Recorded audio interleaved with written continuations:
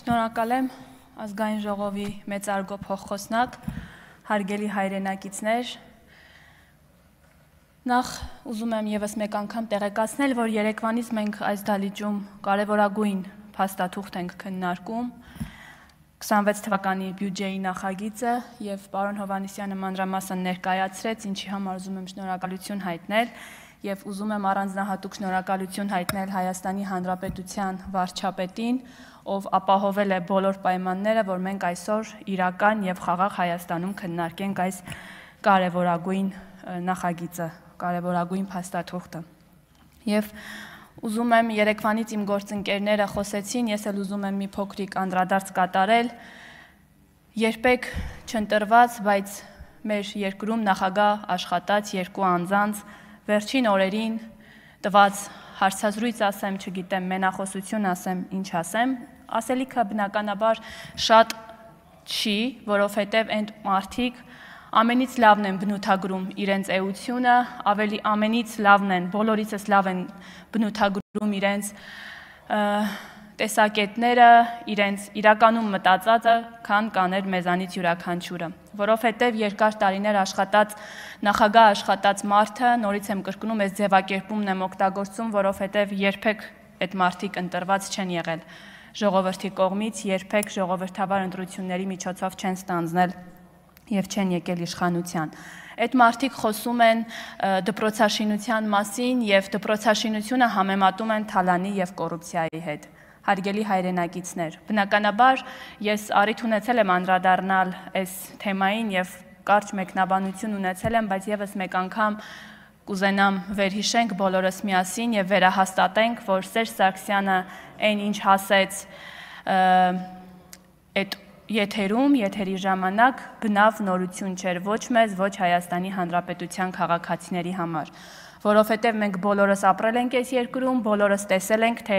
ինչ վիճակում էր գտնվում Հայաստանի Հանրապետության դպրոցները եւ ինչ պայմաններում էին մեր երեխաները կրթություն ստանում։ Այնպես որ բնականաբար նորմալ է եւ ուղղակի ինքնախոստովանական ցուցմունք էր տալիս Սերժ Սարգսյանը եթերում, ասելով եւ համեմատելով դպրոցաշինությունը թալանի եւ կոռուպցիայի հետ։ Այնպես որ այստեղ շատ ասելիք չկա։ Մի փոքր կանդրադառնամ մարտի 1 եւ հոկտեմբերի 27 Շնորհակալություն։ Կանդրադառնամ նաև մարտի 1 եւ հոկտեմբերի 27 կազմակերպած Քոչարյան Ռոբերտի մտքի գոհարներին, փայլատակումներին։ Հարգելի հայրենակիցներ, այս մարդը, ով եւս երբևէ ընտրված նախագահ չի եղել, բայց նորից աշխատել է երկար տարիներ որպես նախագահ Հայաստանի Հանրապետությունում, Հայաստանի Հանրապետությանը մեղադրում է 44 օրյա պատերազմը հրահրելու մեջ։ Եկեք եւս մեկ անգամ փաստենք, որ այստեղ եւս շատ ասելիք չկա, միայն ու միայն կարող ենք շատ կարևոր արձանագրում անել, ասելով, որ այս մարդը եւ իր թիմակիցները, իր ընտանիքը բացարձակապես կապ չունեն Հայաստանի Հանրապետության հետ եւ այն խնդիրները, որոնք տարիներ շարունակ եղել են մեր երկրում, դրանց հեղինակը եղել են այս երկու անձինք։ Քոչարյան Ռոբերտն ասում է, գիտեք, ինձ հաճելի էր ժողովրդի հետ շփումը։ Ոչ, պարոն Քոչարյան, մենք գիտենք, որ ձեզ հաճելի չէ։ Մենք գիտենք, որ ձեզ հաճելին զուգարաններում մարդ սպանելու հրաման տալն է։ Մենք գիտենք, որ ձեզ հաճելին մարտի 1 եւ հոկտեմբերի 27 կազմակերպելն ու մարդկանց գնդակահարելն է։ Ինչպես Սերժ Սարգսյանի դեպքում ասեցի, այստեղ եւս կարող ենք ֆիքսել, որ բացարձակ նորություն չեք ասում։ Եվ ես հորդորում եմ, խնդրում եմ ձեզ, դուք հաճախակի եթերներով հանդես եկեք, 7 չէ, 17 ժամ խոսացեք, որովհետև սա միայն ու միայն վերահաստատում է Հայաստանի Հանրապետության ժողովրդի մոտ այն տեսակետն ու կարծիքը, այն համոզմունքը, որ մեր երկրում երբեք ու երբեք պիտի թույլ չտանք, որ ձեզ նմանները վերադառնան իշխանության, անգամ ընդդիմության կարգավիճակում դուք անելիք չունեք։ Եվ խոսելով Հայաստանի Հանրապետության ժողովրդի մասին, ես ուզում եմ ձեզ եւ բոլորիս վստահեցնել, որ այնքան իմաստուն է Հայաստանի Հանրապետության քաղաքացին, որ այո, ձեր ամեն խոսելուց հետո եւ վերհիշելով անցած տարիները մեր պատմությունը, մեկ անգամ եւս բոլորս միասին առաջիկա ընտրություններում ձեզ ձեր համապատասխան տեղն ենք ուղարկելու, ի նկատի ունեմ մեր քաղաքացիների հետ միասին։ Եվ նորից եմ կրկնում, դուք անգամ ընդդիմության աթոռները չեք զբաղեցնելու, որից հետո այսպես դատարկ թողնելու։ Անվերադարձ գնալու եք քաղաքական աղբանոցը եւ ինչքան էլ փորձեք հույսեր փայփայել վերադարձի, դա չի լինելու։ Դուք անհույս լավատես եք եւ կարող եք շարունակել այդպես մնալ, դա ձեր ընտրությունն է։ Խոսելով ընտրությունների մասին, չեմ կարող չանդրադառնալ առաջիկայում սպասվելիք թիմ ընտրությունների մասին, մասնավորապես Էջմիածնում սպասվելիք թիմ ընտրությունների մասին եւ վաղաշաբաթի մեր սիրելի հայրենակիցներին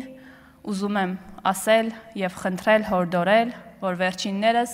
նոյեմբերի 16-ին գնալով ընտրատեղամաս իրենց ձայնը վստահեն մեր թեկնածուին, ով ես տեսնում եմ, թե ինչպիսի սեր ու հարգանք է վայելում քաղաքացիների շրջանում։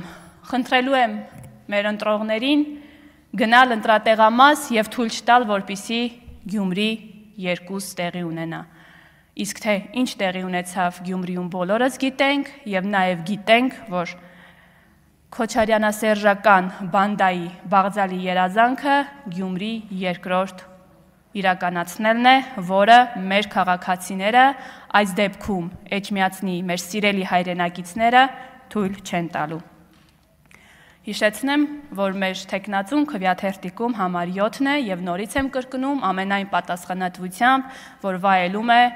Էջմիածնի բնակիչների հարգանքը, սերը եւ վստահությունը։